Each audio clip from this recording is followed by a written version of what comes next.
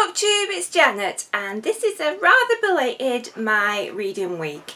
The first one I'm going to start with is Nod by Adrian Barnes, and I had such high hopes for this book. It's set in Canada, it's a dystopian novel, it's the story of a sleep disorder that starts to affect the majority of the population where they can't actually sleep, but I think about 1 in 1,000 people can, but they start to have vivid dreams.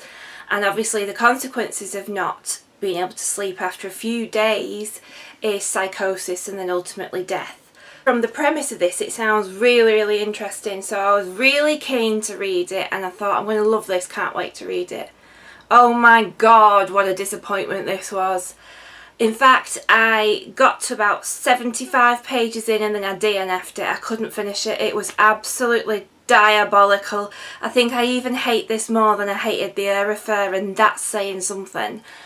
It's so completely overwritten. It seems like the author wanted to just do a complete diatribe to show how much reading and learning and philosophical thought he's got, because he goes off at tangents at every available opportunity and it's completely not relevant to the story. In fact, we even have almost a whole page where he actually defines the word agape, and it's just so boring and ridiculous. And occasionally, about every 10 pages, you get 1 or 2 lines of story and plot and where it's going, and I just, I couldn't bear it any longer. I couldn't finish it. It was such a disappointment. It's probably the worst book for me this year, an absolute nightmare. Just, nah, don't bother. Awful. Disappointment all around. Just need to compose myself after that one. It was just so horrific.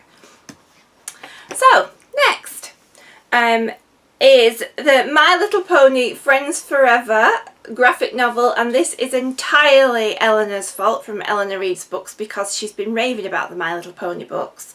So I got this one and I thought, well, let's just see what all the fuss is about. If you're going to have an opinion on something, it needs to be based on something. So I've read it. I have no idea what goes on in these stories. I can't say I remotely understand any of them. They just seem to leap from one bit of story to the next, and there's no connecting bits and no explanation, and I was a little bit lost and a little bit confused. It's very pleasant to look at, and the pictures are nice, and you know, it's nice and colourful and everything's happy, and you know, nothing too bad's going to happen, but it just didn't make any sense. And again, it's a no from me. So the next one is another graphic novel, but this is Saga Volume 4 by Brian K. Vaughan and Fiona Staples. And I know that I am really late to the Saga party on BookTube. Everybody's read it so far. I'm just catching up. And for me, the series just keeps getting better and better, and I absolutely loved it. I don't suppose I really need to explain what the story is of this. And I'm certainly going to be racing towards Volume 5 and just loving where the story's going next. The characters are fantastic, they're really believable. It's not like some of the graphic novels what I've read where the women seem to be quite exploited and almost in a soft porny kind of way. It's really good, fabulous, thoroughly recommend it. Can't wait to see where the story goes next. The next one I read is The Museum of Things Left Behind by Senny Glaister. I really enjoyed this book. It's a very gentle read. Not a huge lot of things happen. It's very much a character-driven novel.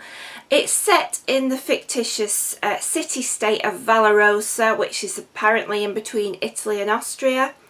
And it's a very self-sufficient state. They have enough food for themselves, there's full employment, there's good education.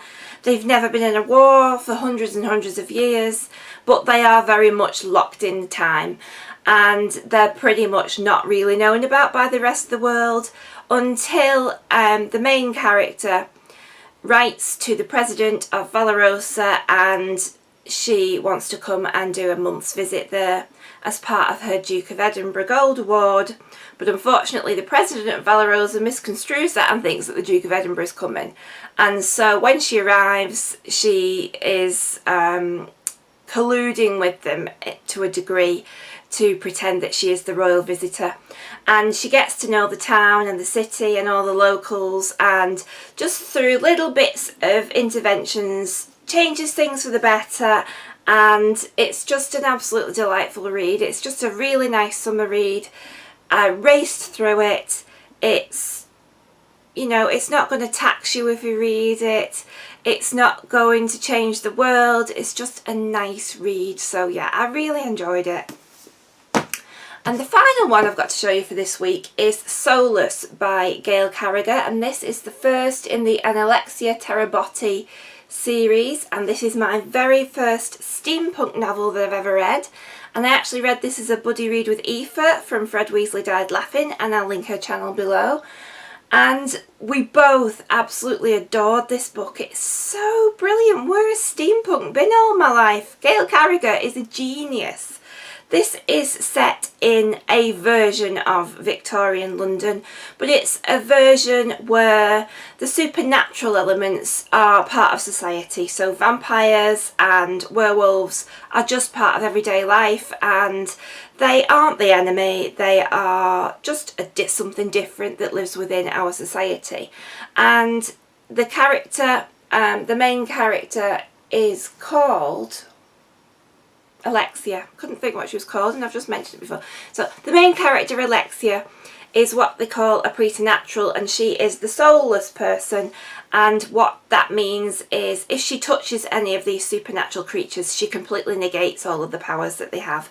And there's plots and conspiracies, and there are lots of twists and turns, and there's a really lovely steamy romance that goes through the story as well, and it's absolutely brilliant, and it's funny in places and it's tense in places, and I couldn't put it down. I absolutely loved it. I will definitely be reading the next one in the series. I think there's about 5 in this series.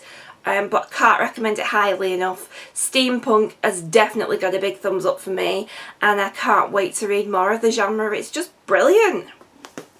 So that was my belated reading week. Let me know if you've read any of these and what you think of them. I'd be interested to see what people think of Nod, if they've read that as well, and is it just me? But